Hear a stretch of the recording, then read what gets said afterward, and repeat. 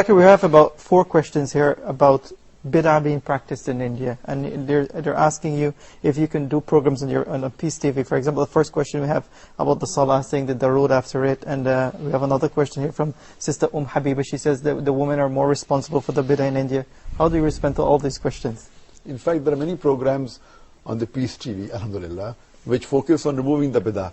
And you know, there are thousands and hundreds of thousands of bid'ah throughout the world. And every culture have their own set of bid'ah. And India not being unlike, they have many bid'ahs. Anything which is against the Quran and the Sahih Hadith, which people think it's part of the deen, it's our duty to tell them that this is not our deen.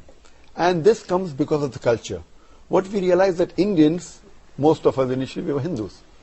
We don't have Arab blood in us. Maybe a few, but the majority of us, we are coming from a background which were Hindus. Maybe of grandfather, great-great-grandfather. So many of the practices of our great-great-grandfather's religion do creep into us. So though we do become Muslims, there are some of the practices which creep into us, and we substitute that. That's how we find these various bid'ah. So it's our duty to point out that this is not part of Islam. It is an innovation that came later on.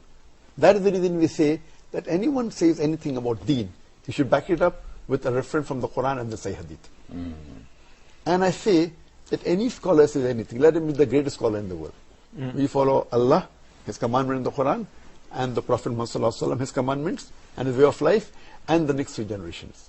Any scholar after that says anything, if he does not refer to these sources, whatever he says doesn't carry weight. If it's a part of deen. If it's something else, it's different. We're talking about Mamla, talking about science, technology is different. But if it's talking about the deen, about the ibadah, it should be backed up from proof from the Quran and the Sahih Hadith. Worship. So unfortunately, the easiest way to remove it, any scholar says anything, let him be the most famous. Therefore I say, what Zakir Naik says in Islam is 0.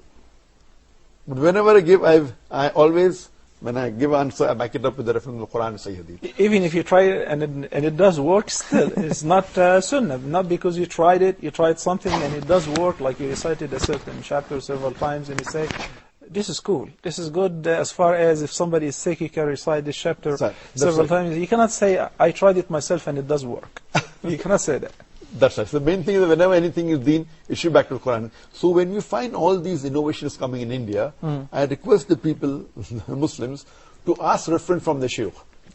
And if the Shaykh give references, backed up with proof, if it's there in the Sahih Hadith, that means that it is the part of deen. If it's not, then just by saying that my Shaykh said so and so, or this great scholar said so and so, that's not sufficient for it to be part of the deen. Okay, Zazakallah.